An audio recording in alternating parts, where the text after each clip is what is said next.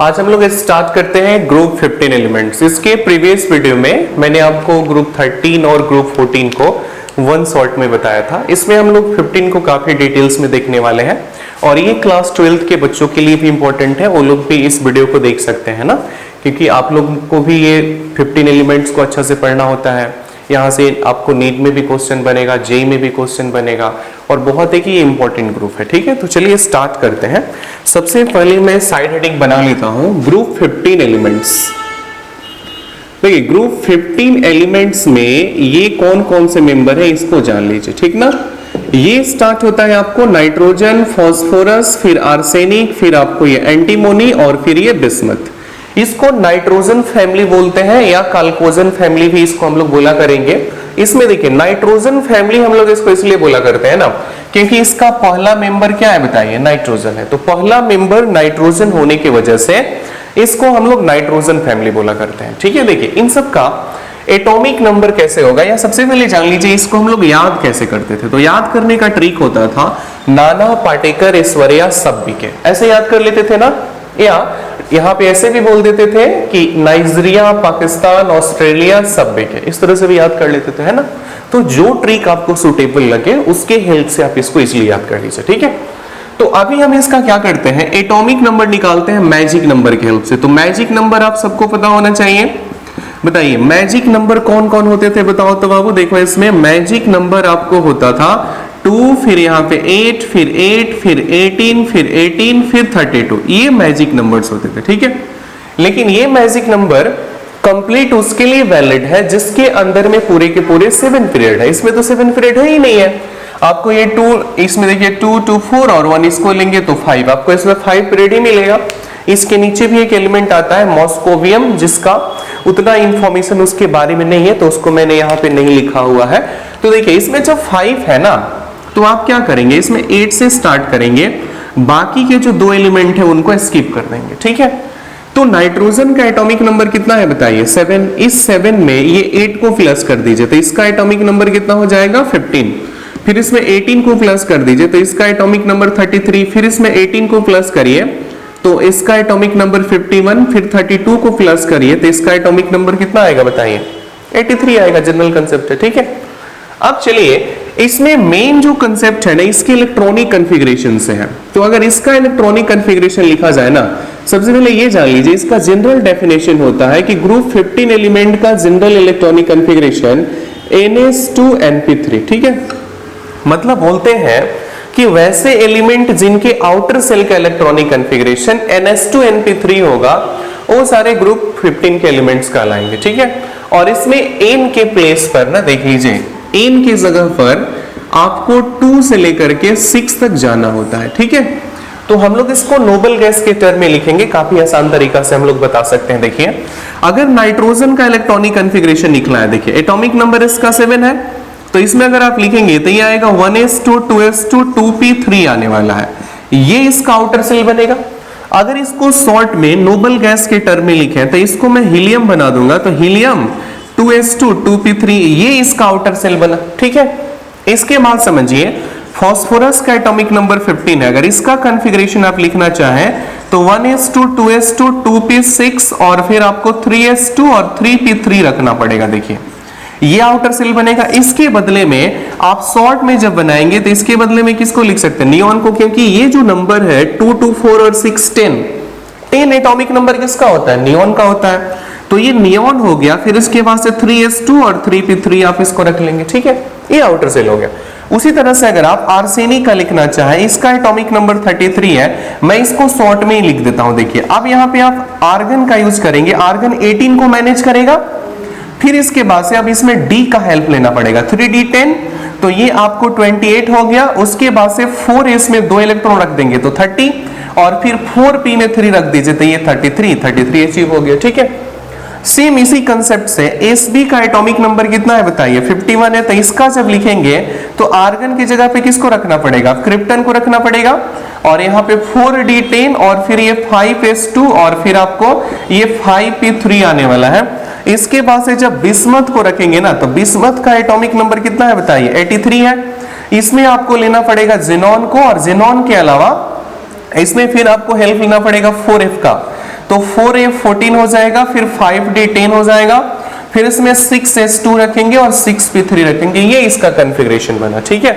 मैंने आपको helium, neon, argon, krypton, xenon, radon इन सबको बताया है ना, सबका हमने एटॉमिक नंबर भी लिखा था। तो उसी की हेल्प से देखिए यहाँ पे नोबल गैस का यूज इसलिए करते हैं ना कि इन कॉन्फ़िगरेशन को शॉर्ट में लिखा जा सके, बाकी कोई रीजन नहीं है इसका, ठीक है। इसको शॉर्ट में लिखा जा सके इसलिए ऐसा करते हैं।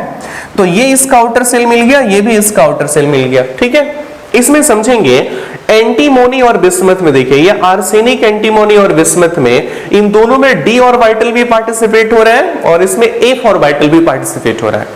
तो इस वजह से कुछ इसमें माइनर सा एक्सेप्शन देखने को मिल सकता है, जिसको हम लोग बढ़िया से समझेंगे, ठीक है। अभी देखिए इसमें नाइट्रोजन और फास्फोरस क्या है बताइए, नॉन मेटल है। आर्सेनिक और एंटीमोनी क्या है बताइए, मेटल है। और लास्ट में जो बिस्मथ है ये मेटल है आपको, ठीक है। तो यहां पे जान लीजिए नाइट्रोजन फास्फोरस हो गया नॉन मेटल, आर्सेनिक और एंटीमोनी हो गया मेटलॉइड्स, और बिस्मथ क्या हो गया बताइए, मेटल हो गया। मैं इसको लिख भी देता हूं, देखिए इसको हम लोग मेटल बोलेंगे, और ये जो दोनों है ना ये मेटलॉइड्स है। मेटलॉइड्स का मतलब जिसका कैरेक्टर मेटल्स और नॉन मेटल्स के बीच वेरी करेगा, और इसको हम लोग बोलने वाले हैं नॉन मेटल्स बोलने वाले हैं, ठीक है। तो इसको आप दिमाग में रखेंगे, ठीक है।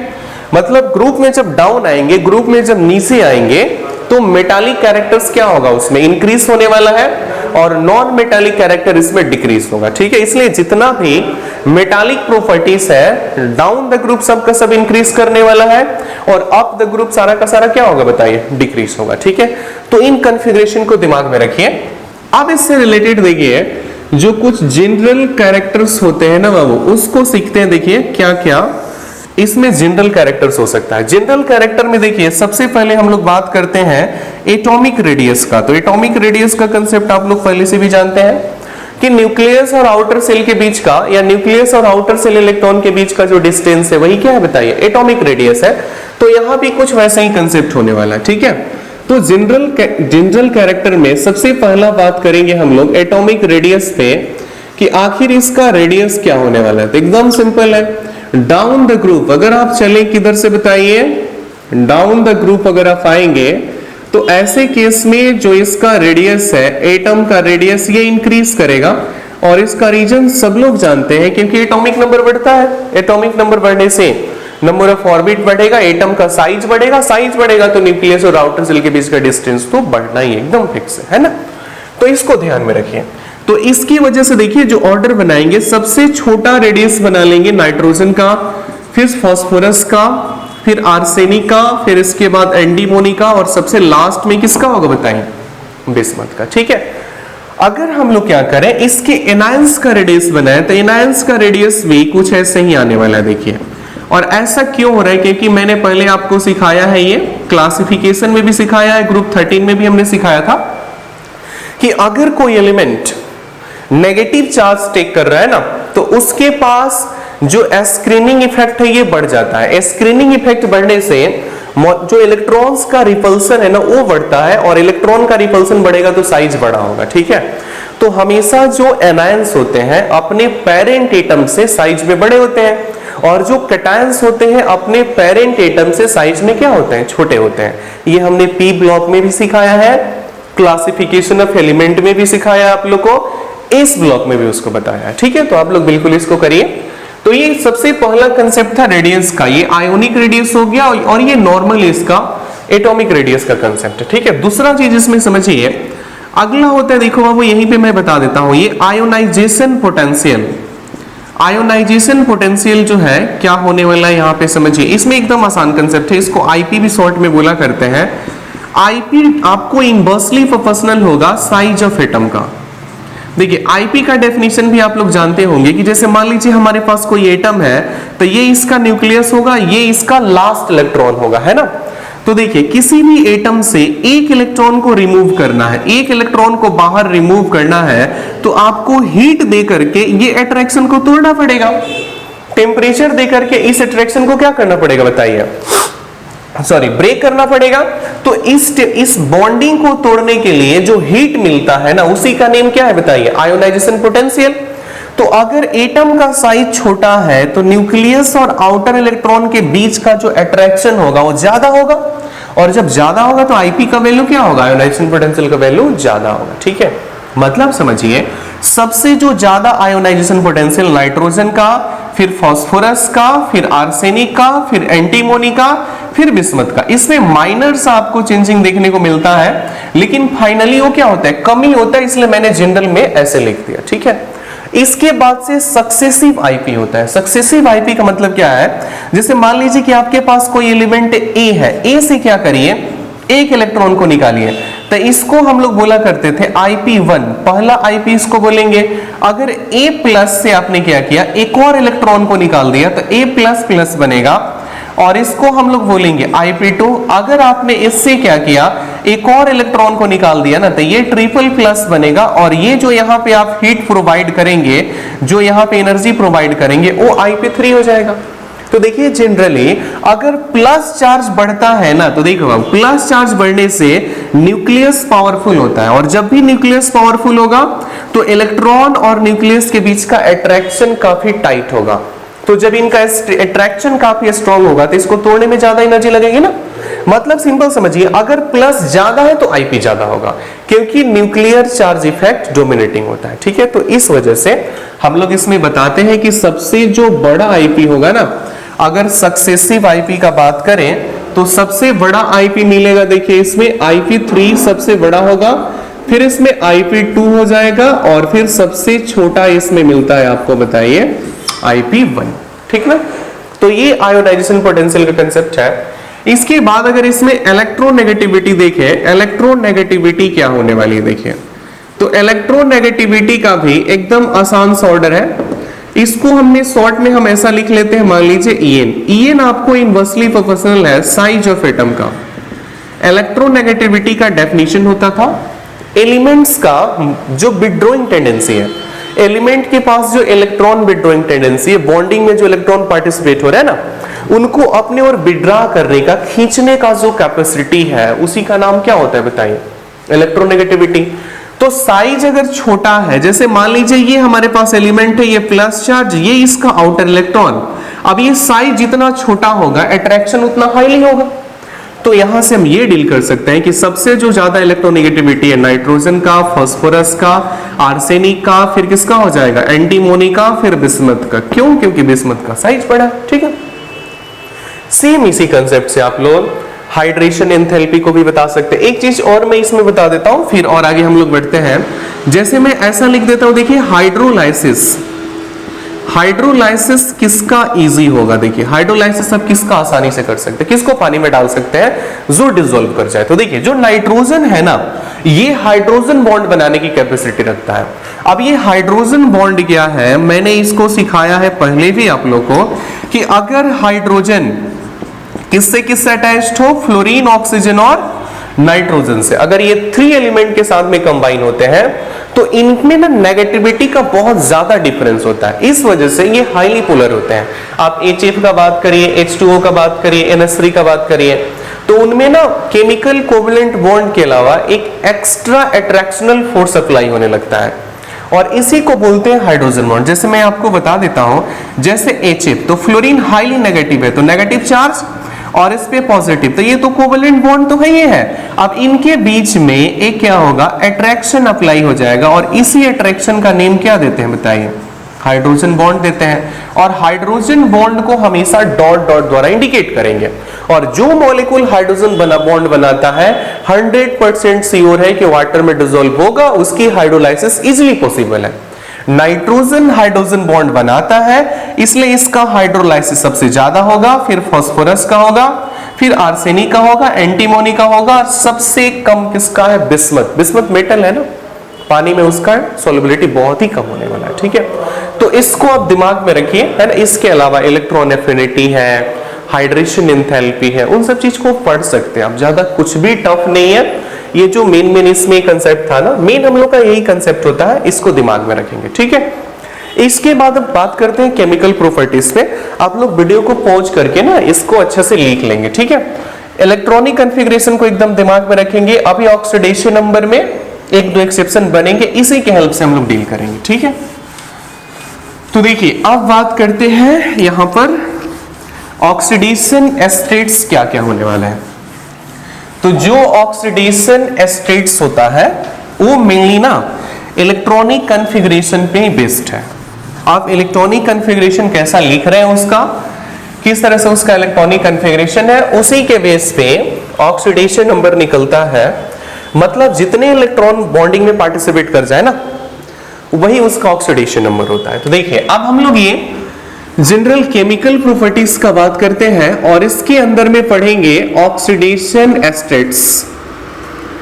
देखो बाबू, ये ऑक्सीडेशन स्टेट्स इसमें क्या होने वाला है इसको जानिए, ठीक है। देखिए जनरल जो इसका इलेक्ट्रॉनिक कॉन्फ़िगरेशन है ना ग्रुप 15 के मेंबर्स का, ये इसका कॉन्फ़िगरेशन है NS2Np3। मतलब इनके जो वैलेंस इलेक्ट्रॉन होंगे, बैलेंस इलेक्ट्रॉन कितने हो जाएंगे बताइए। सीधे दिख रहा है 3 और 2 को सम कर देंगे तो 5 इसके बैलेंस इलेक्ट्रॉन मिलने वाले हैं, ठीक है।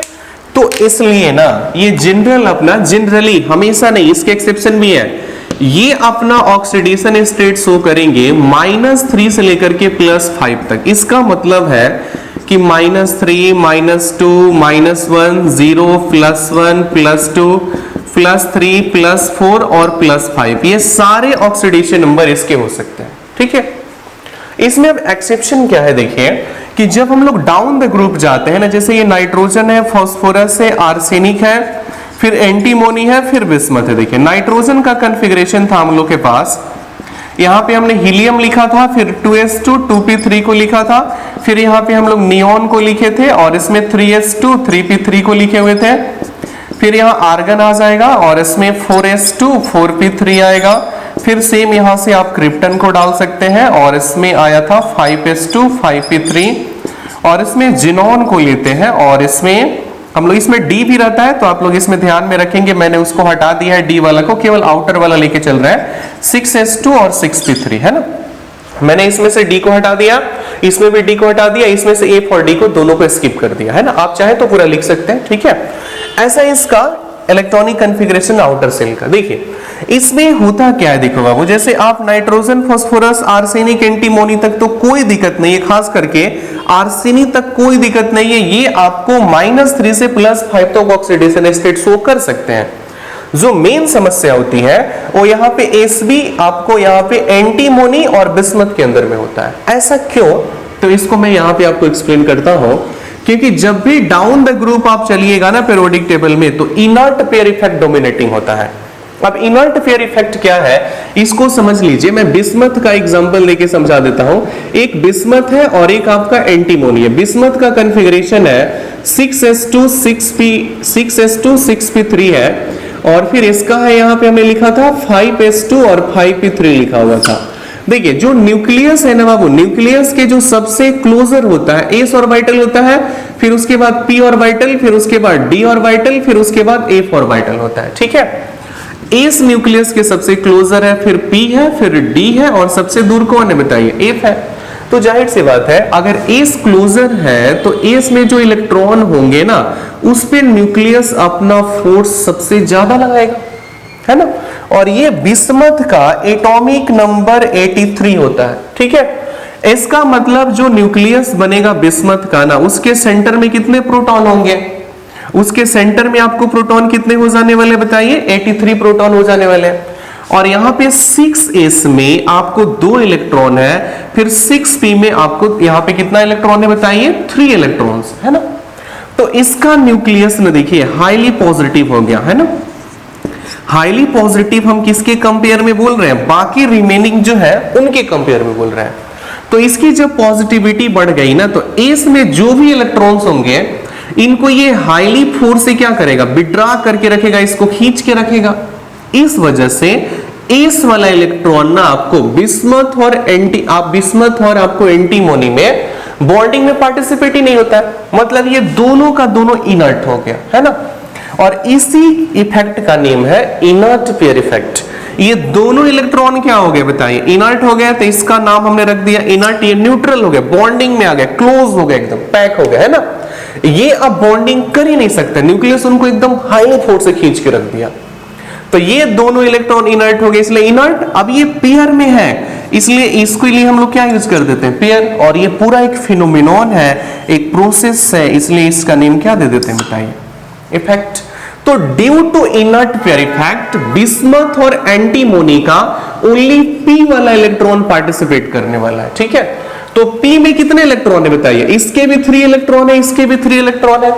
इसका मतलब ये दोनों ऑक्सीडेशन स्टेट क्या शो करेंगे बताइए, ये ऑक्सीडेशन स्टेट शो करेंगे +3। तो हमेशा याद रखेंगे बिस्मथ और एंटीमोनी हमेशा +3 ऑक्सीडेशन स्टेट शो करता है, जो कि सबसे ज्यादा स्टेबल होता है, ठीक है। चलिए अगला देखिए, नेक्स्ट इसमें हम लोग बात करते हैं, अब इसकी रिएक्टिविटी देख लेते हैं हाइड्राइड्स के प्रति या हाइड्रोजन के टुवर्ड्स इसकी क्या रिएक्टिविटी है। रिएक्टिविटी टुवर्ड्स हाइड्रोजन, देखिए यहां से क्वेश्चन बनता है इस टॉपिक से, तो आप लोग बढ़िया से समझेंगे कि आखिर ये जो ग्रुप 15 के एलिमेंट है ना, ये हाइड्रोजन के साथ में किस टाइप के बॉन्डिंग शो करने वाले हैं, किस टाइप के रिएक्शंस देने वाले हैं, उसको सीखते हैं। देखिए जनरल कंसेप्ट के लिए मैं यहां पे ऐसा मान लेता हूं कि सपोज करिए E जो होगा ना, ग्रुप 15 के एलिमेंट को बताएगा, नाइट्रोजन, फास्फोरस, आर्सेनिक, एंटीमोनी और बिस्मथ, ये ग्रुप 15 के एलिमेंट को रिप्रेजेंट करेगा, शॉर्ट में हमने मान लिया। तो जब ये हाइड्रोजन से रिएक्शन करेंगे ना, देखिए तो EH3 टाइप का हैलाइड्स बनाने का चांसेस सबसे ज्यादा होता है, क्योंकि सारे के सारे तो +3 ऑक्सीडेशन नंबर शो कर ही सकते हैं, -3 और +3 बिल्कुल ही बना सकता है, ठीक है। देखिए जब आप डाउन द ग्रुप आएंगे ना, तो ऑक्सीडेशन नंबर डिक्रीज हो रहा है, इस चीज को आप हमेशा ध्यान में रखेंगे, ठीक है। तो देखिए जब नाइट्रोजन क्या करेगा, हाइड्रोजन के साथ में रिएक्शन करेगा तो क्या बनाएगा बताइए, यहां पे ये बनाने वाला है NH3, फास्फोरस जब करेगा तो PH3 बनाएगा, आर्सेनिक जब करेगा तो ASH3 बनाएगा, जब Sb करेगा तो SbH3, और जब बिस्मथ करेगा तो BiH3 बनाएगा, ठीक है। इन सब का नेम जान लीजिए, इसका नेम तो हम लोग लिखते हैं ये अमोनिया है, ठीक है। इसका नेम जब लिखेंगे तो इसको फॉस्फाइन बोला करते हैं, ठीक है, और इसको बोलते हैं आर्साइन, ऐसे आर्साइन भी हम लोग इसका नाम रख सकते हैं, आर्साइन है, और इसको हम लोग बोल देते हैं एस्टाइवाइन, और इसका नेम है बिस्मथाइन, यहाँ पे बिस्मथाइन इसको बोल देते हैं, ठीक है, बिस्मथाइन इसका नेम है ना। तो इसको दिमाग में रखिए, ठीक है। उसके बाद समझिए इसके कुछ कैरेक्टर्स होते हैं। सबसे पहला यहां से क्वेश्चन बनता है ना कि इनका बेसिक स्ट्रेंथ क्या है। देखिए बेसिक स्ट्रेंथ, या इसमें हम लोग पोलैरिटी को सीखते हैं कि सबसे ज्यादा पोलैरिटी किसकी होने वाली है, या सबसे ज्यादा बेसिक स्ट्रेंथ किसका होने वाला है, ठीक है। तो देखिए जो नाइट्रोजन है ना, नाइट्रोजन हाईली नेगेटिव है और उसमें हाइड्रोजन बॉन्डिंग भी है, इसलिए नाइट्रोजन के ऊपर ना देखिए नेगेटिव चार्ज सबसे ज्यादा होगा। और ऐसे भी नाइट्रोजन के पास 5 इलेक्ट्रॉन होते हैं, सबके पास 5 इलेक्ट्रॉन होते हैं ग्रुप आपको 15 में, तो सबके पास 2-2 लोन पेयर तो इजीली बनने वाला है। सबके पास कितना कितना लोन पेयर रहेगा, 2-2 लोन पेयर रहेगा, 3-3 बॉन्डिंग्स में कर दिए हैं। तो नाइट्रोजन का साइज छोटा है, ये हाईली नेगेटिव है, इसलिए सबसे ज्यादा बेसिक कैरेक्टर इसके अंदर में है, फिर PH3 के अंदर में है, फिर AsH3 के अंदर में है, फिर SbH3 में होगा, सबसे कम जो होगा BiH3 में होगा, ठीक है। क्योंकि Bi का साइज बड़ा है ना, तो ज्यादा उसको विड्रॉ करके नहीं रख पाएगा, पोलैरिटी नहीं होगी। पोलैरिटी क्या है देखिए, जैसे मान लीजिए कि एक यहाँ पे कोई पॉजिटिव एलिमेंट है, अगर ये नेगेटिव एलिमेंट्स को ना हाईली फोर्स से खींच ले, हाईली फोर्स से विड्रॉ कर ले ना, तो उसी को बोलते हैं पोलैरिटी, पोलराइजेशन बोलते हैं। एकदम सिंपल कंसेप्ट है ना। तो पोलराइजेशन को आप लोग बिल्कुल इसको दिमाग में रखेंगे। देखिए इसके बाद से अगला हम लोग देखते हैं यहाँ पे रिड्यूसिंग कैरेक्टर, रिड्यूसिंग कैरेक्टर्स, और रिड्यूसिंग कैरेक्टर्स से ही रिजेंबल करता है एसिडिक स्ट्रेंथ। तो देखिए एसिडिक स्ट्रेंथ और रिड्यूसिंग कैरेक्टर दोनों को एक साथ देख लेते हैं। अब देखिए एसिडिक नेचर होने के लिए क्या चाहिए, जो एलिमेंट H+ को इजीली दे देगा ना, उसमें आपको एसिडिक स्ट्रेंथ ज्यादा होगा, है ना। जैसे देखिए ये बाबू मान लो कि अगर बिस्मथ है और ये यहाँ पे इसके साथ में H जुड़ा हुआ है, तो मैं जनरल लिखता हूं ना कि बिस्मथ का साइज बड़ा है। जब इसका साइज बड़ा है ना, तो ये क्या करेगा बताइए, बिस्मथ यहां से मेटल है तो ये अलग हो जाएगा, और फिर अपने से किसको निकाल सकते हैं बताइए, हाइड्रोजन को ये इजिली हटा सकता है, हाइड्रोजन को इजिली क्या कर सकता है, मूव कर सकता है, क्योंकि बिस्मथ का साइज बड़ा है। तो जब साइज बड़ा है तो इनमें अट्रैक्शन फोर्स कम होगा। तो अब थोड़ा ध्यान दीजिए कि यहां से कौन सी रिएक्शन होने वाली है। किसी भी मॉलिक्यूल से जब भी हाइड्रोजन निकलता है ना, तो उस रिएक्शन का नेम क्या देते हैं? ऑक्सीडेशन। और किसी भी एलिमेंट का अगर ऑक्सीडेशन हो रहा है तो उसका नेम हो जाता है, देखिए, रिड्यूसिंग एजेंट। मतलब BiH3 ना एक रिड्यूसिंग एजेंट का काम करेगा और साथ ही साथ स्ट्रॉन्ग रिड्यूसिंग एजेंट का काम करेगा। क्यों? क्योंकि ये सबसे आसानी से H को निकाल सकता है, easily removal of hydrogen ion, है ना। हाइड्रोजन को इजिली दे सकता है, ये हाइड्रोजन को इजिली नहीं देंगे क्योंकि इनका अट्रैक्शनल फोर्स ही बहुत ज्यादा है। नाइट्रोजन का साइज छोटा है तो हाइड्रोजन को विड्रॉ करके रखेगा और ये हाइड्रोजन को निकलने ही नहीं देगा, जबकि यहां से हाइड्रोजन का निकलना इजी है, ठीक है। तो इसलिए हमारे पास जो कैरेक्टर बनेंगे एसिडिक कैरेक्टर, वो कुछ इस तरह से बनने वाले हैं और ये भी इसके क्या हो जाएंगे बताइए? ये इसके रिड्यूसिंग कैरेक्टर के ऑर्डर भी हो जाएंगे। आप सिंपल सोचिए ना, बेसिक कैरेक्टर का जो रिवर्स है वही क्या होता है बताइए? एसिडिक कैरेक्टर होता है ना। देखिए यहाँ पे इसके पास लोन पेयर ऑफ इलेक्ट्रॉन है, इसलिए इसको लुईस बेस भी बोलते हैं। ऐसे ये आर्हेनियस बेस भी है, इसको पानी में डालेंगे तो ये पानी से OH को दिलवा देता है, ठीक है। जैसे बोरिक एसिड था वो पानी से क्या करता था? H को दिलवा देता था, वैसे ही ये पानी से क्या करेगा? OH को रिलीज करा देगा। तो ये आर्हेनियस बेस भी है और लुईस एसिड तो एकदम कंफर्म है क्योंकि इसके पास क्या प्रेजेंट है बताइए? इलेक्ट्रॉन्स प्रेजेंट है। तो इसको आप बिल्कुल ही दिमाग में रखिए, ठीक है। वीडियो को पॉज करके इसको कॉपी करेंगे। अगला कंसेप्ट इसमें देखते हैं, देखिए नेक्स्ट है, देखिए इसमें अब आता है बॉन्ड एंगल का कंसेप्ट कि सबसे ज्यादा बॉन्ड एंगल आप किसका बताएंगे? अमोनिया का बताएंगे या PH3 का बताएंगे या ASH3 का बताएंगे या उसका एस्टाइबाइन या बिस्मथाइन? किसका बॉन्ड एंगल ज्यादा होगा? देखिए बॉन्ड एंगल मेनली हम लोग केमिकल बॉन्डिंग के बेस पे डील करते हैं। एक तो बॉन्ड एंगल सिंपल हाइब्रिडाइजेशन से बता देते हैं, ठीक है। अगर हाइब्रिडाइजेशन में डिफरेंस है तो बॉन्ड एंगल इजी तरीका से आप बता सकते हैं। अगर हाइब्रिडाइजेशन सेम होता है तब उसके बॉन्ड एंगल में कुछ चेंजिंग होता है, जो मैं आपको यहां बता रहा हूं। देखिए ध्यान से देखिए इसको, ये साइड हेडिंग बना लेते हैं। इसमें बॉन्ड एंगल कैसे हम लोग इसका निकालेंगे, ठीक है। तो मेनली हम लोग के पास जो हाइब्रिडाइजेशन होता था, sp होता था, sp2 sp3 और sp3d होगा, फिर sp3d2 होगा, sp3 फिर d3 होता था। मेनली हम लोग 2-3 पे समझ लेते हैं, बाकी आप इसको केमिकल बॉन्डिंग में अच्छे से देखे हुए हैं। देखिए sp हाइब्रिडाइजेशन का कोऑर्डिनेशन नंबर कितना होगा? 2 होगा। इसका कोऑर्डिनेशन नंबर होता था 3 और इसका कोऑर्डिनेशन नंबर हो जाता था 4। कोऑर्डिनेशन नंबर मींस जितने नंबर ऑफ ऑर्बिटल उसमें पार्टिसिपेट करेंगे ना, वही उसका कोऑर्डिनेशन नंबर होगा, ठीक है।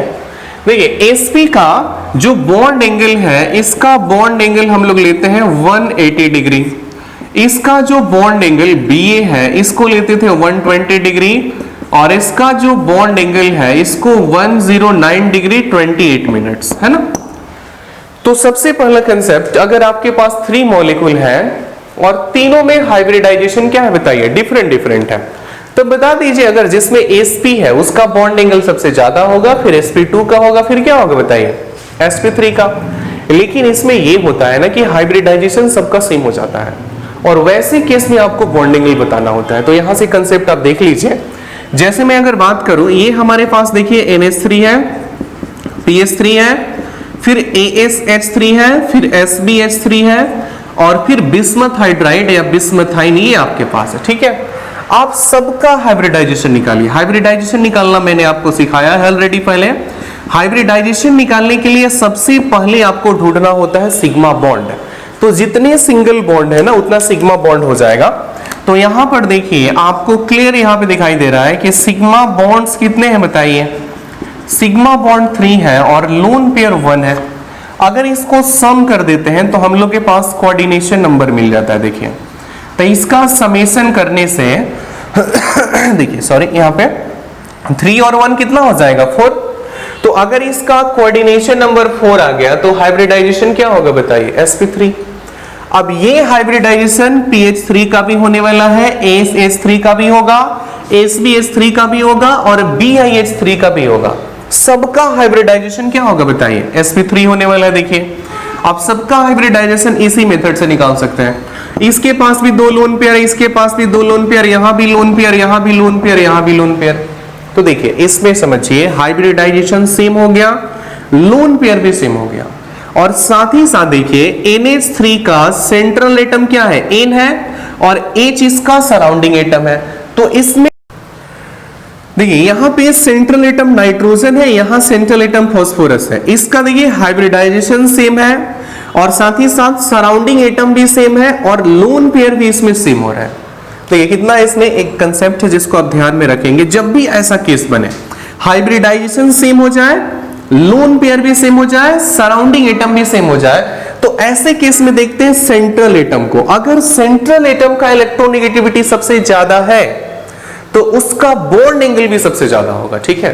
तो इसलिए सबसे ज्यादा बॉन्ड एंगल मानेंगे NH3 का, फिर PS3 का, फिर इसका, और सबसे कम किसका मानेंगे बताइए, BiS3 का। क्यों? क्योंकि यहाँ पे जो electronegativity of Ca mean central atom, जो इसका ऑर्डर है, सबसे ज्यादा नाइट्रोजन का है, फिर फास्फोरस का है, फिर आर्सेनिक का है, फिर एंटीमोनी का है, और सबसे कम किसका है बताइए, बिस्मथ का है। देखिए इससे बेनिफिट क्या होता है कि नाइट्रोजन की अगर इलेक्ट्रोनेगेटिविटी सबसे ज्यादा है ना, देखो बाबू, तो इसकी इलेक्ट्रोनेगेटिविटी ज्यादा होने से क्या बेनिफिट होता है कि अपने ये पड़ोसी एलिमेंट को ना हाईली फोर्स से खींच के रखेगा, ठीक है।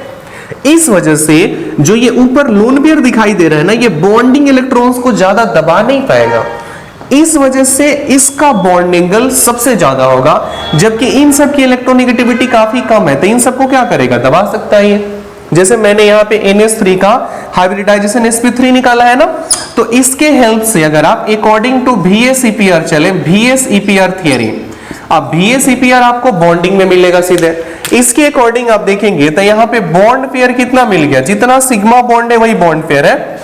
बॉन्ड पेयर 3, लोन पेयर आपके पास 1, और हाइब्रिडाइजेशन दिया हुआ है sp3। ऐसे केस में मॉलिक्यूल का शेप होता है ट्राइगोनल बाइपिरामिडल। ये कौन बताता है बताइए, ये एक्सप्लेन करता है balance cell electron pair repulsion theory. तो अगर आप बनाए इसका ट्राइगोनल बाइपिरामिडल का शेप क्या होगा, देखिए तो कुछ ऐसा इसका शेप होता है, समझेंगे इसको। देखिए इसमें सेंटर में क्या होगा बताइए, नाइट्रोजन होगा, ठीक है। इससे देखो अब जो लोन पेयर है ना, ये ऊपर इससे बॉन्डिंग किए रहते हैं, और बाकी एक हाइड्रोजन को थोड़ा सा हम लोग ऐसे क्रॉस करके बनाते हैं, और एक हाइड्रोजन को और यहाँ क्रॉस करके बनाएंगे, और एक हाइड्रोजन को इधर साइड में दिखा देते हैं। अब ये सारे डंबल से जुड़े होते हैं, ठीक ना। आप इसको दिखाएंगे तो यहाँ पे डंबल बनाना पड़ेगा। आप ऐसा समझ लीजिए, इससे फिर इसकी बॉन्डिंग रहती है। ये थोड़ा सा मैं इसको बड़ा कर देता हूँ, तभी तो ये पिरामिड के जैसा लगेगा ना, थोड़ा सा हमने बड़ा कर दिया। इसको यहाँ से मिला दीजिए, इसको यहाँ से मिला दीजिए, इस स्ट्रक्चर को यहाँ से मिला सकते हैं, फिर इसको यहाँ से मिला सकते हैं। तो ये ऊपर में जो लोन पेयर है ना, यही बॉन्ड एंगल इसका होता है 120 डिग्री। अब नाइट्रोजन ना हाईली रिएक्टिव है, इसलिए हाइड्रोजन को एकदम खींच के रखेगा, इसको भी विड्रा करके रखेगा, इसको भी विड्रा करके रखेगा। इस वजह से ये लोन पेयर ना कितना हो अटैक करके, कितना हो इसके ऊपर अटैक करेगा ना, तो ये जो बॉन्ड पेयर ऑफ इलेक्ट्रॉन्स है उसको दबा नहीं पाएगा, ठीक है। इसलिए इसका बॉन्ड एंगल एकदम फिक्स होता है 120 डिग्री। जबकि यही आप PH3 पे रख के सोचिए, PS3 में क्या होगा ना, देखो बाबू, ये लोन पेयर क्या करेगा, इसको दबा दबा के ना बॉन्ड एंगल को घटा देगा। क्योंकि फास्फोरस ज्यादा नेगेटिव नहीं है। फास्फोरस अगर यहाँ पे P रख दे तो PH को नाइट्रोजन के इतना विड्रा नहीं कर पाएगा, ठीक है। इस वजह से जब यहाँ पे फास्फोरस और हाइड्रोजन होगा तो उसकी बॉन्डिंग कमजोर होगी, और इसका फायदा कौन उठाएगा बताइए, लोन पेयर। लोन पेयर इसको दबा के बॉन्ड एंगल को छोटा कर देगा, ठीक है। एकदम सिंपल सा कंसेप्ट है। तो ये कंसेप्ट से हमने इसको बता दिया। इसके अलावा भी हम लोग बहुत सारा कंसेप्ट देखेंगे। देखिए कि अगर हाइब्रिडाइजेशन सेम है, लोन पेयर क्या है बताइए, सेम है, और सराउंडिंग एटम भी सेम है, तो इसका नेगेटिविटी देख लेंगे। सेंट्रल एटम की नेगेटिविटी अगर ज्यादा, तो बॉन्ड एंगल भी क्या होने वाला है, ज्यादा होने वाला है, ठीक है। इसके अलावा इसका एक रिवर्स भी होता है कि अगर आपके पास क्या है, हाइब्रिडाइजेशन सेम है ना। जैसे मैं इस पे एग्जांपल भी बता देता हूं जो अलग होगा इसमें। अगला एक एग्जांपल समझ लें। जैसे मान लीजिए हमने रख दिया NF3 और फिर यहां पे रख दिया, सपोज करिए PF यहाँ, या PCl या N को ही रख के चलते हैं, फिर हमने NCl3 रख दिया, और फिर NBr यहाँ पे 3 रख दिया। इसमें बोला जा रहा है कि सबसे ज्यादा बॉन्ड एंगल किसका होगा, ठीक है।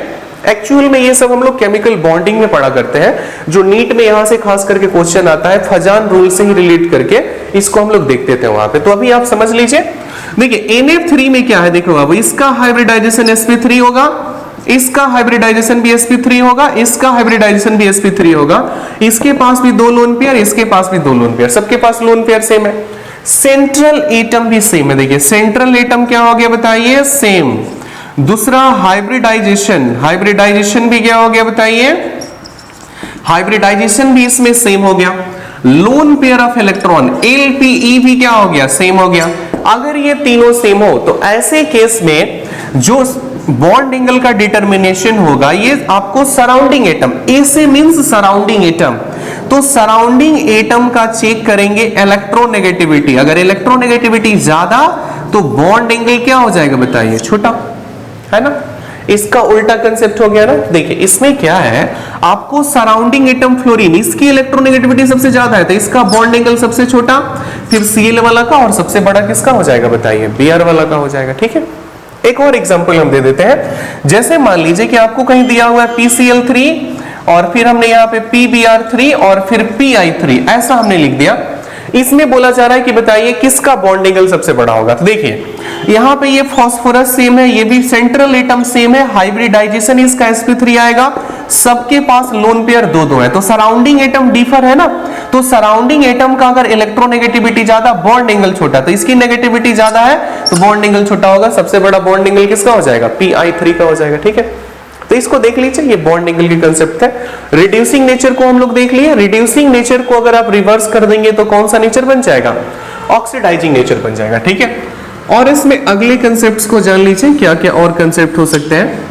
अगर हम लोग देखो बाबू इसमें बात करें स्टेबिलिटी का, ठीक ना, कि किसकी ज्यादा, सबसे ज्यादा स्टेबिलिटी होने वाली है, तो सबसे ज्यादा जो स्टेबिलिटी बनेगी वो किसकी बनेगी, NH3 का बनेगा, फिर PH3 का बनेगा, फिर ASH3 का बनेगा, फिर SbH3 का बनेगा, और सबसे कम जो स्टेबिलिटी है, थर्मल जो स्टेबिलिटी है, BiH3 का है, क्योंकि NH3 की पोलैरिटी ज्यादा है, नाइट्रोजन की नेगेटिविटी ज्यादा होने से ना उसकी पोलैरिटी ज्यादा है, बॉन्डिंग टाइट होंगे तो उसकी थर्मल स्टेबिलिटी क्या होती है, सबसे ज्यादा मानी जाती है। ठीक है, इसके बाद से देखिए हाइड्रोलाइसिस किसका इजिली हो सकता है, तो हाइड्रोलाइसिस का अगर आप ऑर्डर देखें तो NH3 इजिली पानी में डिसॉल्व कर सकता है, फिर PH3 करेगा, फिर ASH3 करेगा, फिर SbH3 करने वाला है, फिर BiH3 करने वाला है। ये जो है हाइड्रोलाइसिस का इसमें कुछ ऐसा ऑर्डर मिलेगा। ठीक ना, तो इसको आप ध्यान में रखिए, इतने को ध्यान में रखने से आप इजिली क्वेश्चन को कर सकते हैं,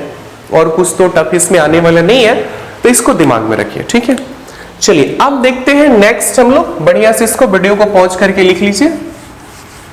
पहला हम लोग का ऑक्सीडेशन नंबर था, और ये सेकेंड ही हमने हाइड्रोजन के टुवार्ड्स रिएक्टिविटी बता दी। ठीक है, अब जो टॉपिक है इसको देखेंगे ऑक्सीजन के टुवार्ड्स में क्या इसकी रिएक्टिविटी होगी, और फिर इसको हैलोजेंस के टुवार्ड क्या क्या रिएक्टिविटी होने वाली है, इसको सीखने वाले हैं। ठीक है, तो चलो बाबू देखो तो इसको अच्छे से। अब अगला हम लोग का 3 नंबर है रिएक्टिविटी टुवार्ड्स हैलोजेंस, या रिएक्टिविटी टुवार्ड्स, पहले ऑक्सीजन देख लेते हैं फिर हैलोजेंस को सीखते हैं। देखिए ऑक्सीजन के साथ में ये कैसे रिएक्शन करने वाले हैं उसको देखते हैं।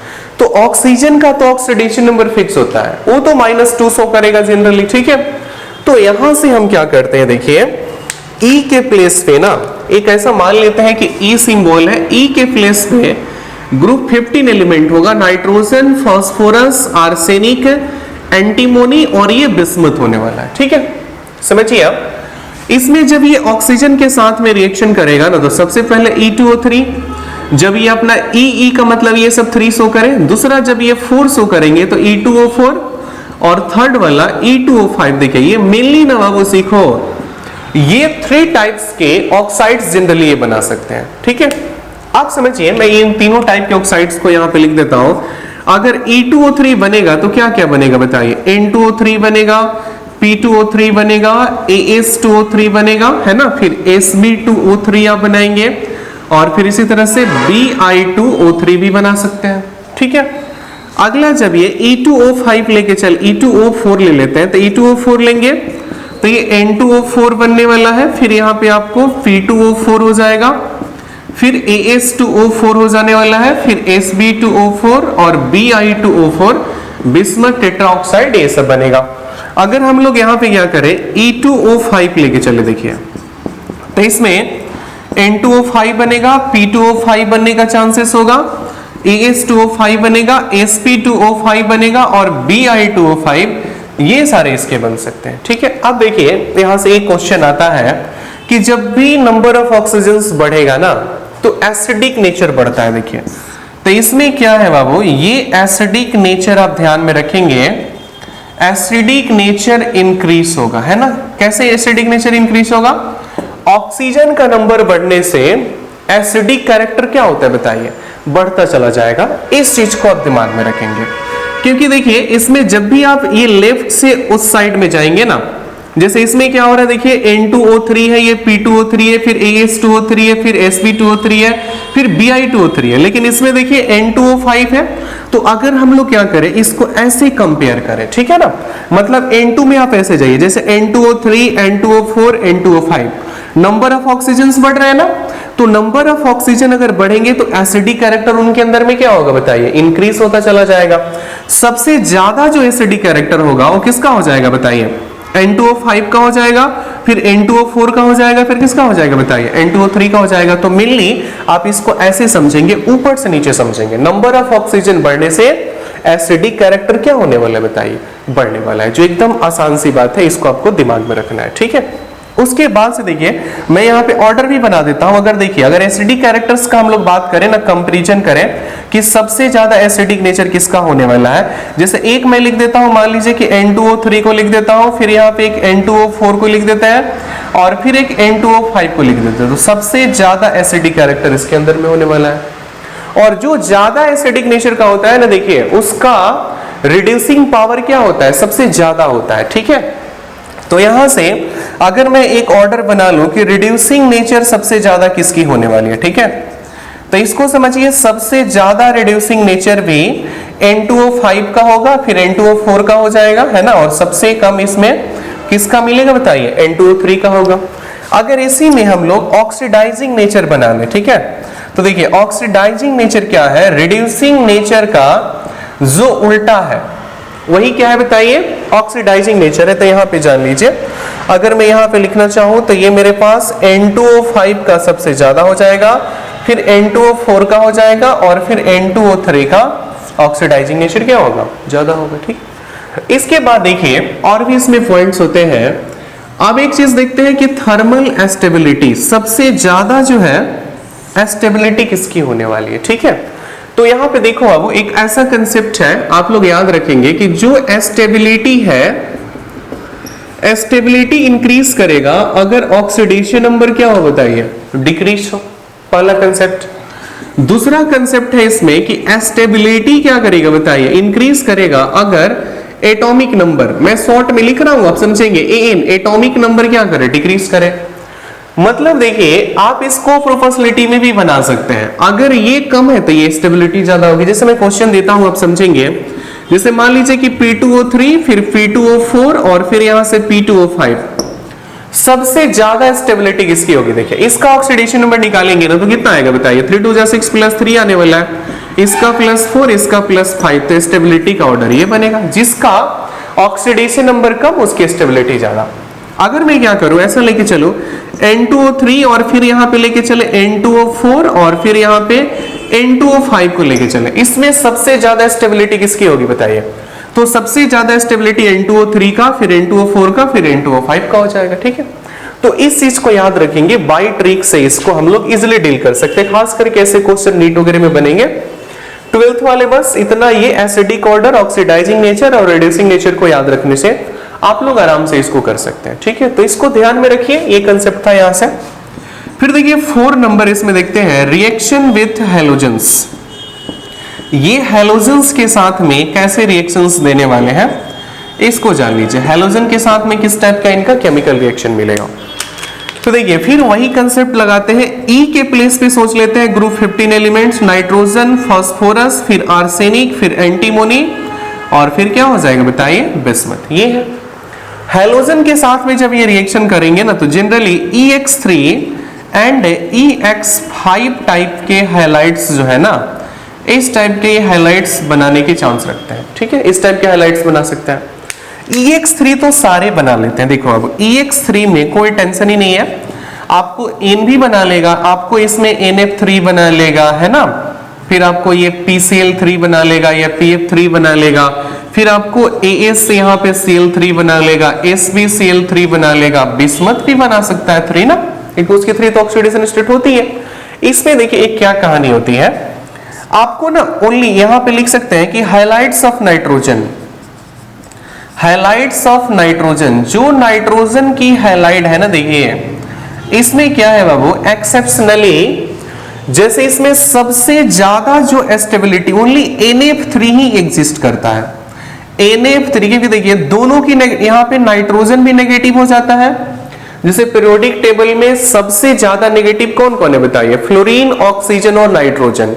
फ्लोरीन पहला नेगेटिव है, ऑक्सीजन सेकंड मोस्ट नेगेटिव है और नाइट्रोजन जो है थर्ड मोस्ट नेगेटिव होता है, ठीक है। तो ये देखिए यहाँ पे नाइट्रोजन के जो क्लोराइड है, फ्लोराइड है ना, ये सब बहुत कम मिलते हैं, ठीक है। एक्सेप्शनली, एक्सेप्शन, इसको एक्सेप्शन याद रखेंगे कि NF3 ऐसे लिख सकते हैं, is most stable in all halides of nitrogen, in all halides of nitrogen. All halides बोलने का मतलब हो गया ट्राई हैलाइड, नाइट्रोजन तो पेंटा हैलाइड बनाएगा नहीं, क्योंकि उसमें d ऑर्बिटल तो होता ही नहीं है, ठीक है, उसको भी अभी हम लोग समझते हैं, तो इसमें इस चीज को ध्यान में रखिए, ठीक है। अगला देखिए, नेक्स्ट हम लोग कंसेप्ट को समझ लेते हैं। देखिए आगे इसमें EX5 टाइप के हैलाइड, तो हम नाइट्रोजन नहीं बनाएगा, क्यों नहीं बनाता है बताइए, क्योंकि नाइट्रोजन के पास d ऑर्बिटल्स नहीं होते, इसलिए वो NCl5 आपको नहीं बनाएगा। तो ये PCl5 होगा, फिर AsCl5 होगा, फिर आपको एंटीमोनी का Cl5 होगा, और इसमें बिस्मथ भी आपको नहीं बनाएगा, ठीक है। आपको यहाँ पे जो Sb होता है, एंटीमोनी होता है, काफी रेयर केस में SbCl5 बनाता है, लेकिन बिस्मथ बनाता ही नहीं है। तो इसमें एकदम इसको याद रखेंगे, ठीक है, कि नाइट्रोजन जो है ये नॉट फॉर्म है ना, आप इसको अच्छा से लिख सकते हैं कि डॉजनेट फॉर्म क्या लिख सकते हैं, NCl5। ये NCl5 कभी भी नहीं बना सकता है, रीजन है क्योंकि इसके पास d ऑर्बिटल्स नहीं होते हैं, है ना, d ऑर्बिटल नहीं होने की वजह से ही NCl5 नहीं बनाता, ठीक है।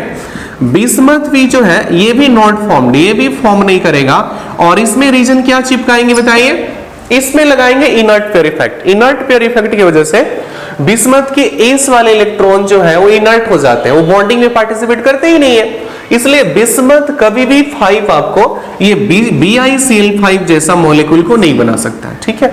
इसको दिमाग में रखिए, है ना, एकदम आसान कंसेप्ट से, ज्यादा कोई भी मुश्किल नहीं है। अब इसका एसिडिक ऑर्डर और बेसिक ऑर्डर को देख लेते हैं, जो थोड़ा इंपॉर्टेंट है, वहां से क्वेश्चन बनने के चांसेस होते हैं, ठीक है। तो मैं मिटा रहा हूं, वीडियो को पॉज करके आप लोग लिखेंगे इसको, ठीक ना। देखिए अब समझिए, इसमें जैसे जिसके एक होता था लुईस एसिड और एक होता था, देखो बाबू, लुईस बेस, दो कंसेप्ट हम लोग के पास होते थे, उसको देखिए। जैसे मैं अगर यहाँ पे लिखना शुरू करूं, जैसे नाइट्रोजन सबसे पहले अगर मान लीजिए कि NF3 कर दें, ठीक ना, और फिर उसके बाद से PF3 लिख दें, और फिर मान लीजिए कि आर्सेनिक का ट्राई हैलाइड्स, और फिर एंटीमोनी का या Fe लेके चलते हैं, Fe पहले समझते हैं, फिर इसके बाद से बिस्मथ का ट्राईफ्लोराइड, है ना। इसमें बोल रहा है कि सबसे ज्यादा एसिडिक वाला कौन होगा, ठीक है। तो देखिए इसके पास क्या है, बैक एंड d ऑर्बिटल्स है, इनके पास बैक एंड d ऑर्बिटल्स, कोई भी d ऑर्बिटल नहीं है, जबकि बाकी के पास ना d ऑर्बिटल प्रेजेंट होते हैं। बाकी जो इसमें है, फास्फोरस को भी आप ले सकते हैं, ठीक ना, मतलब फास्फोरस से लेकर के जो रिमेनिंग है सबके पास क्या होता है बताइए, d ऑर्बिटल्स होते हैं। तो d ऑर्बिटल खाली है तो इलेक्ट्रॉन को तो ले ही सकता है, और जिसके पास इलेक्ट्रॉन लेने की टेंडेंसी हो ना, उसका एसिडिक स्ट्रेंथ ज्यादा होता है, बेसिक स्ट्रेंथ क्या होता है, कम होता है। तो यहां से देखिए हमारे पास जो एसिडिक स्ट्रेंथ होगा, और ये जो हम एसिडिक स्ट्रेंथ पता कर रहे हैं ना, ये किसके बेस पे पता कर रहे हैं बताइए, लुईस एसिड के बेस पे पता कर रहे हैं, लुईस के कंसेप्ट के अकॉर्डिंग पता कर रहे हैं। जो इलेक्ट्रॉन को ले सकता है वो एसिड है, जो दे सकता है वो बेस है। तो इसके पास तो लेने की कैपेसिटी होगी ही नहीं, क्योंकि इसका D खाली है, खाली ऑर्बिटल्स में लेने की कैपेसिटी कैसे बताइए, इसके पास D ऑर्बिटल सॉरी खाली नहीं है, इसके पास एब्सेंस है, इसके पास D ऑर्बिटल क्या है बताइए, है ही नहीं है। नाइट्रोजन के पास D ऑर्बिटल एब्सेंस होता है, और इनके पास d ऑर्बिटल प्रेजेंट होता है और कुछ में वैकेंट भी होता है, ठीक ना। तो इसलिए ये सारे इलेक्ट्रॉन को ले सकते हैं जबकि ये इलेक्ट्रॉन को नहीं ले सकता, है ना। तो इस वजह से देखिए सबसे जो ज्यादा हमारे पास क्या होगा बताओ तो अब एसिडिक जो स्ट्रेंथ हम लोग इसमें देखेंगे वो बिस्मथ ट्राइफ्लोराइड का बना देंगे, सबसे ज्यादा इसका होने वाला है।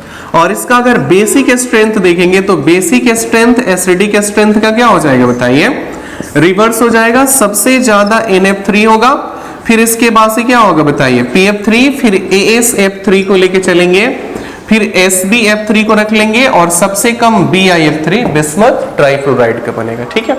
इसको बढ़िया से याद रखेंगे, इसमें d ऑर्बिटल होता ही नहीं है तो इलेक्ट्रॉन लेने का सवाल ही नहीं है, जो लोन पेयर बचा है उसी को दे सकता है, ठीक है। बाकी जो पड़ोसी हैं देखिए इनके पास में कुछ कुछ चांसेस है क्योंकि d ऑर्बिटल में होता है तो ये इलेक्ट्रॉन को ले सकते हैं। अगर इलेक्ट्रॉन लेंगे तो लुईस एसिड होंगे, नॉट लुईस बेस, है ना। इस कंसेप्ट को दिमाग में रखेंगे, ठीक है। तो इन सबको वीडियो को पॉज करके कॉपी कर लीजिए। ये हमारे पास जो केमिकल कैरेक्टर्स है ये केमिकल कैरेक्टर सारे खत्म हो गए। अब हम लोग बात करेंगे कि नाइट्रोजन का ना कुछ एनामोलस बिहेवियर होता है। एनामोलस बिहेवियर का मतलब कि नाइट्रोजन जो ग्रुप में और सारे एलिमेंट हैं उनसे कुछ अलग कैरेक्टर शो करता है। इसको मैं समझा देता हूं, एकदम छोटा सा बात है इसमें। देखिए जैसे ग्रुप 15 के मेंबर कौन कौन है, नाइट्रोजन है, फास्फोरस है, आर्सेनिक है, फिर यहां पर एंटीमोनी है और बिस्मथ है। देखिए नाइट्रोजन सबसे पहला मेंबर है, इस वजह से इसका साइज सबसे छोटा होता है, इसकी इलेक्ट्रोनेगेटिविटी सबसे ज्यादा होगी, गैसियस स्टेट में फाउंड होगा, इसमें कोई भी d ऑर्बिटल नहीं होगा, इसलिए ये लुईस बेस के जैसा जनरली काम करता है क्योंकि d ऑर्बिटल जब है नहीं तो इलेक्ट्रॉन को ले नहीं पाएगा, है ना। इसके अलावा ये कभी भी पेंटा हाइलाइड नहीं बना सकता है ना, मतलब d pi bond d orbital ने इसके बॉन्डिंग नहीं कर सकते हैं क्योंकि इसके पास d इलेक्ट्रॉन होता ही नहीं है। तो कुछ इसके एनामोलस कैरेक्टर है जिसको ध्यान में रखिए।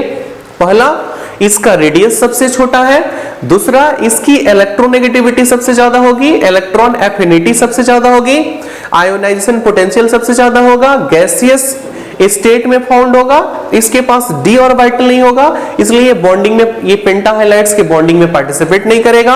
मतलब इसका d ऑर्बिटल कभी भी बॉन्डिंग में पार्टिसिपेट नहीं करेंगे, मींस d पाई बॉन्ड का फॉर्मेशन नहीं करेगा, ठीक है। तो ये एनामोलस बिहेवियर है जिसको आप लोग ध्यान में रखेंगे। अब हम लोग सीखते हैं, देखिए कि क्या क्या कंपाउंड्स हो सकते हैं, ठीक ना। मतलब compounds of group 15 elements, group 15 elements के कौन कौन से कंपाउंड है इसको जानते हैं। देखिए तो मेनली ग्रुप 15 में कौन कौन है बताइए, नाइट्रोजन है, फास्फोरस है, आर्सेनिक है, एंटीमोनी है और बिस्मथ है, ठीक है। देखिए जो इसमें सबसे पहले नाइट्रोजन है तो नाइट्रोजन का साइज काफी छोटा होता है, ठीक है। तो इस वजह से इसके ज्यादा कंपाउंड नहीं है, ये कैटेनेशन कैरेक्टर भी शो नहीं करता है।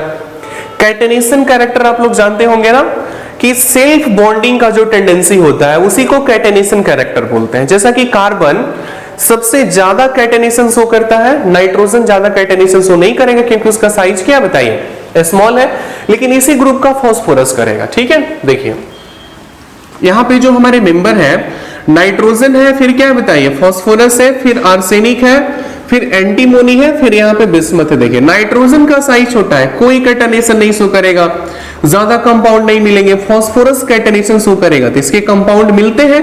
इन दोनों के कंपाउंड हम लोग को स्टडी नहीं करना है, ठीक है। देखिए ऐसे भी इसमें जान लीजिए कि जो आर्सेनिक है ना ये हाईली टॉक्सिक होता है, नाइट्रोजन फास्फोरस तो ज्यादा टॉक्सिक नहीं है। अगर आपको आर्सेनिक कभी भी दे दिया जाए ना तो ये इतना मतलब बॉडी को ना, आर्सेनिक में कोई टेस्ट नहीं होता है, बिल्कुल ये टेस्टलेस है, ओडरलेस है। अगर पानी में मिला के दे दिया जाए तो बिल्कुल मतलब पानी के जैसा ही लगेगा, उसमें कोई अपना स्मेल नहीं है, कोई उसका ऑर्डर नहीं है, लेकिन बॉडी को बहुत ज्यादा हार्म करता है। आर्सेनिक अगर किसी को खिला दिया जाए ना तो उसका बॉडी ना धीरे धीरे सड़ना स्टार्ट हो जाता है, स्किन जो है उसका धीरे धीरे उखड़ना चालू हो जाता है और कुछ दिन में उसके बॉडी से ना पूरा का पूरा स्किन निकल जाएगा अगर उसको समय से इलाज नहीं कराया गया तो, ठीक ना। तो ये आर्सेनिक जो है बहुत रेयर होता है, ये एक मेटालॉयड है और ये हाईली पॉइजनस है, ठीक है, मतलब एक्सट्रीमली हाईली पॉइजनस इसको हम लोग बोलते हैं।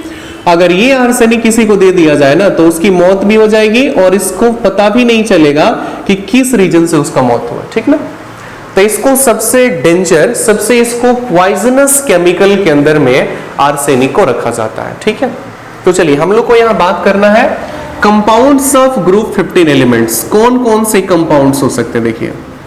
तो compounds of group 15 elements, mainly इसमें हम लोग क्या बात करेंगे, ग्रुप 15 एलिमेंट्स में दो के कंपाउंड के बारे में ही हम लोग को डिस्कस करना है। एक है नाइट्रोजन और सेकेंड है फास्फोरस, ठीक ना। इन्हीं के कंपाउंड के बारे में हम लोग बात करने वाले हैं।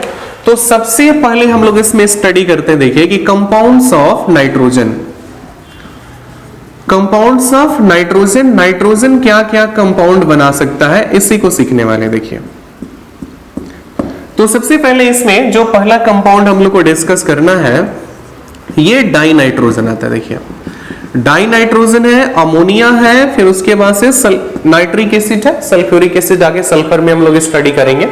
तो देखिए डाई नाइट्रोजन क्या है ना, इसका अगर आप मॉलिक्यूलर फॉर्मूला लिखना चाहें तो इसका मॉलिक्यूलर फॉर्मूला होता है, देखो बाबू, N2 है ना।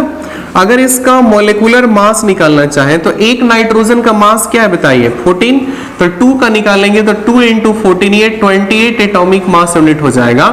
इनके बीच में बॉन्डिंग होती है ट्रिपल बॉन्ड, इस वजह से इनका बॉन्ड डिसोसिएशन एंथैल्पी जो है ना बहुत ही हाई होता है, और ये रूम टेम्परेचर पे ना बाबू इनर्ट फॉर्म में मिलता है, ठीक है।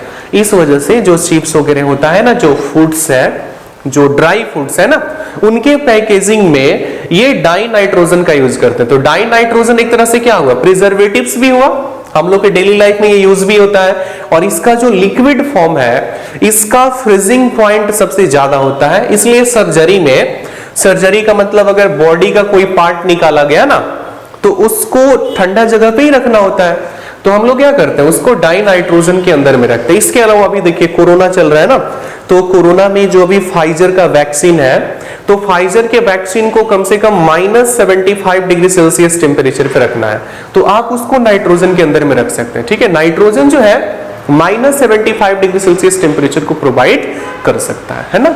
तो देखिए नाइट्रोजन को कूलिंग सिस्टम में हम लोग सबसे ज्यादा यूज करते हैं, ठीक है। स्पेस क्राफ्ट वगैरह में भी ना कूलिंग सिस्टम के लिए क्या करते हैं, डाई नाइट्रोजन का यूज किया जाता है, लिक्विड डाई नाइट्रोजन का ना।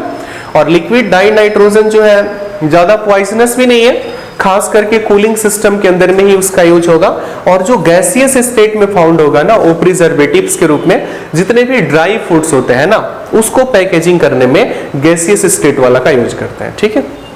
तो अभी समझिए इसका देखते हैं कि इसको बनाएंगे कैसे। तो मेथड्स ऑफ प्रिपरेशन को सीखते हैं। देखिए मेथड्स ऑफ प्रिपरेशन, इसको कैसे बनाएंगे, मेनली इसमें लेबोरेटरी मेथड होगा कि इसको लैब में कैसे तैयार किया जाएगा। देखिए सबसे पहला है कि आप इसमें क्या करिए, हम लोग लेके चलते हैं, जैसे मान लीजिए NH4Cl अमोनियम क्लोराइड है, इसका रिएक्शन करा देते। देखिए NaNO2 से, NaNO2 का मतलब क्या है, सोडियम नाइट्राइट, सोडियम नाइट्राइट के साथ में इसको स्ट्रांगली हीट करना है। तो सबसे पहले क्या होगा, क्लोरीन के ऊपर माइनस चार्ज, सोडियम के ऊपर प्लस चार्ज, नाइट्रोजन के ऊपर minus, oxygen minus, nitrogen minus, hydrogen plus. तो क्लोरीन और सोडियम अटैच्ड होके सोडियम क्लोराइड बना लेगा। फिर ये देखिए ये नाइट्रोजन और ये नाइट्रोजन, दो माइनस वाले अगर सेम है तो इजिली अटैच्ड हो जाएंगे। तो नाइट्रोजन और नाइट्रोजन अटैच होके N2 बना सकता है। फिर ऑक्सीजन और हाइड्रोजन अटैच होकर वाटर बनाएगा, और Na और Cl मिलकर NaCl बना सकते हैं। देखिए क्या क्या प्रोडक्ट बनेगा, सबसे पहले Na और Cl मिलकर NaCl बना लिया, N और N मिलके N2 प्रोड्यूस कर दिया, और बाकी H और जो OH होता है ना ये वाटर बना लेता है। तो यहाँ पे मिल गया हम लोग का डाई नाइट्रोजन, है ना। तो पहला लेबोरेटरी मेथड है, इस मेथड से इजिली बना सकते हैं। देखिए दूसरा क्या है, हम लोग किसी भी टाइप के जो एजाइड्स है ना, एजाइड के हेल्प से भी इसको बना सकते हैं। देखिए ठीक है, तो इसको मान लेते हैं कि मेथड नंबर 1 है। मेथड नंबर 2 लिख देते हैं फ्रॉम एजाइड्स, एजाइड्स के हेल्प से कैसे बनाएंगे। इसमें आप क्या कर सकते थे, फ्रॉम अमोनियम क्लोराइड NH4Cl से हमने बनाया। जैसे मान लीजिए कि आपके पास सोडियम एजाइड है, अब ये सोडियम एजाइड का फॉर्मूला है NaN3, इसको सोडियम अजाइड्स बोलेंगे। इस अजाइड को भी क्या करना है, स्ट्रांगली हीट करना है। तो जब आप इसको स्ट्रांगली हीट करेंगे तो दोनों मॉलिक्यूल अलग हो जाएगा, सोडियम अलग हो जाएगा, फिर यहां से नाइट्रोजन अलग हो जाएगा। इसको बैलेंस करना होगा तो N2 के आगे हम लोग 3 यूज कर लेंगे, तो यहां पे 2 यूज करना पड़ेगा, यहां पे 2 यूज करना पड़ेगा। इसके अलावा magnesium azide, barium azide, beryllium azide, उन सब से भी हम लोग इजिली बना सकते हैं। ठीक है, जो थर्ड मेथड है इसको मैं लिख देता हूं फ्रॉम अमोनियम डाइक्रोमेट। देखिए अमोनियम डाइक्रोमेट की हेल्प से कैसे बनाएंगे, तो अमोनियम डाइक्रोमेट को भी हीट कर, डाइक्रोमेट का फॉर्मूला क्या होगा, NH4 का होल ट्वाइस और Cr2O7, ये अमोनियम डाइक्रोमेट है। इसको स्ट्रांगली हीट करिए, इसको जब स्ट्रांगली हीट करेंगे तो देखो बाबू इसमें से सबसे स्टेबल N2 बाहर निकलेगा, फिर वाटर बाहर निकल जाएगा और फिर उसके बाद से Cr2O3 के मॉलिक्यूल्स यहां से बाहर निकलने वाले हैं। इसको जब आप बैलेंस करेंगे तो यहां पे आपको लगाना पड़ेगा 4, तब जाके कंप्लीट बैलेंस हो जाएगा। ठीक है, तो ये इसके कुछ प्रिपरेशंस की मेथड है जो आप ध्यान में रखेंगे, कभी कभी इसको पूछा जाता है ना। देखिए इसके फिजिकल कैरेक्टर्स में जब बात करेंगे तो नाइट्रोजन एक तरह से टेस्टलेस, ओडरलेस है ना, किसी टाइप का इसमें कोई भी स्मेल बोल सकते, हर तरह से लेस है, टेस्टलेस है, ओडरलेस है, कलरलेस है, कुछ नहीं है इसमें, है ना, तो पूरा लेस एक तरह से ऐसे हम लोग इसको बोल सकते हैं। उसके बाद देखिए ये पानी के अंदर भी डिसॉल्व नहीं होने वाला है। ठीक है, इसकी पानी में सॉल्युबिलिटी एप्रोक्स नेग्लिजिबल है, ये आपको लिक्विड स्टेट में भी फाउंड हो सकता है और ये फ्रोजन स्टेट मतलब सॉलिड स्टेट में भी ये फाउंड हो सकता है, उसके अलावा ये गैसियस स्टेट में भी मिल सकता है। देखिए इसकी मेनली जो रिएक्शंस है ना उसको जान लीजिए, रिएक्शंस ऑफ N2 क्या होने वाला है। ठीक है, तो देखिए रिएक्शंस ऑफ N2 का अगर बात करें ना बाबू, देखो तो इसमें नाइट्रोजन मेनली अपना वैलेंसी क्या शो करता है, 3 शो करता है। ठीक है, अगर मान लीजिए कि इसका रिएक्शन लिथियम से करा दें तो लिथियम मेटल है, लिथियम की वैलेंसी 1 होगी, तो लिथियम से रिएक्शन करके लिथियम नाइट्राइड बनाएगा, मतलब लिथियम के आगे 3 लिखना पड़ेगा, यहां आपको L लिखना पड़ेगा। बैलेंस करने के लिए क्या करना पड़ेगा बताइए, यहां 2 करेंगे तो यहां 6 कर देंगे। अगर इसको मैग्नीशियम से रिएक्शन करा दे मेटल से तो मैग्नीशियम का नाइट्राइड बनाएगा, तो इसके पास 3, मैग्नीशियम की वैलेंसी वहां जाएगी तो 2 करेंगे तो यहां पे हमको 6 रखना पड़ेगा। ठीक है, अगर एल्यूमिनियम से इसको रिएक्शन कराए तब तो एकदम सीधा प्रोडक्ट बनेगा, AlN का फॉर्मेशन हो जाने वाला है, बैलेंस करने से 2-2 से काम चल जाने वाला है। ठीक है, तो ये इसके कैरेक्टर्स है, इसको आप याद रखिए, ज्यादा कोई भी मुश्किल नहीं है, एकदम सिंपल कैरेक्टर है, इसको ध्यान में रखने से ना हो जाने वाला है। ठीक है, तो ये हमारे पास था देखिए डाई नाइट्रोजन। अब अगला देखते सीखते हैं इसमें, अब हम लोग को जानना है अमोनिया के बारे में। देखिए अमोनिया क्या होता है, देखिए तो जो B नंबर है इसको साइड हेडिंग बना लेते हैं, दूसरा कंपाउंड अमोनिया। देखिए अमोनिया का मैं इधर कुछ इंफॉर्मेशंस को लिख देता हूं, फिर इसको मिटा करके अच्छे से उसको देखते हैं। अमोनिया का इसका जनरल मोलेकुलर फॉर्मूला या जो इसका मोलेकुलर फॉर्मूला है ये क्या होगा बताइए, NH3 होगा। ठीक है, NH3 इसका मोलेकुलर फॉर्मूला। अगर इसका आप मोलर मास निकालना चाहें तो नाइट्रोजन का 14 हो जाएगा, हाइड्रोजन का 3 × 1, तो इसका मोलिकुलर मास क्या होगा 17 होगा। अगर इसका शेप हम लोग निकालना चाहें, शेप का डिटरमिनेशन करना चाहें तो इसके लिए balance cell electron pair repulsion theory का हेल्प लेना पड़ेगा, जो मैंने अभी आपको सिखाया। तो NH3 के अंदर में देखिए जो हाइब्रिडाइजेशन मिलेंगे ना, ये हाइब्रिडाइजेशन मिलते हैं sp3 और इसके अंदर में 2 लोन पेयर होगा, lone pair of electrons means एक पेयर प्रेजेंट होने वाला है। इस वजह से इस मॉलिक्यूल का जो शेप बनता है ये ट्राइगोनल बाइपिरामिडल बनता है, ठीक ना। और इसकी बॉन्ड एंगल कितनी होगी बताइए, 120 डिग्री की हो जाती है। तो इसको ध्यान में रखिए। देखिए इसको लैब में भी हम लोग बना सकते हैं और सबसे जो इसका फेमस मेथड है इसका बनाने का, वो हम लोग बनाते हैं इसको हैबर प्रोसेस से। तो हैबर प्रोसेस से सबसे ज्यादा कंसेंट्रेशन में ना अमोनिया को इंडस्ट्री में प्रिपेयर किया जाता है, ठीक है। तो चलिए देखते हैं अब इसका मेथड ऑफ प्रिपरेशन क्या है। आप लोग वीडियो को पॉज करके इसको कॉपी करेंगे।